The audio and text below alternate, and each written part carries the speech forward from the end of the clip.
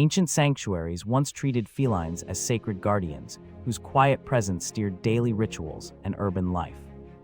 In the shadow of rising cities, cats became discreet partners in early public health efforts, curbing rodent populations that threatened trade and food security.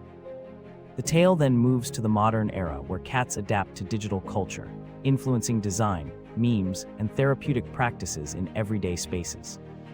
Across these shifts, humans learn to balance reverence with companionship, turning cats from ritual symbols into dependable, everyday allies.